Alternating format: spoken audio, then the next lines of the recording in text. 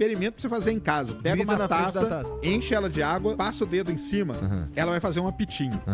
Essa aí é a frequência natural dela. Grita nessa mesma frequência do lado dela pra você ver. A taça vai explodir na sua cara. Cada material tem a sua frequência natural. As moléculas aqui, elas estão vibrando. Se eu colocar alguma coisa aqui em cima da mesa que vibre na mesma frequência que essas moléculas, a mesa começa a entrar em ressonância. Esse exemplo é famosíssimo em viadutos. Então tem um caso muito famoso lá nos Estados Unidos, que você tem os vídeos, né, que mostra a ponte até fazendo assim, ó. Por quê? Porque ela entrou em ressonância, naquele caso foi com o vento. Às vezes quando você tá preso no trânsito, você já sentiu o chão tremendo? Sim. Isso aí. Tem muitos lugares que o pessoal pede pra você desligar o carro, porque o motor do carro vibrando ali pode fazer com que um viaduto desse entre em ressonância, porque o concreto ele vira literalmente uma folha de papel. Aquele cara que quebrava a taça com o grito, aquilo lá é ressonância. Você começa a gritar perto da taça até que a frequência do seu grito coincida com a frequência de vibração natural da taça. Ela quebra, ela explode.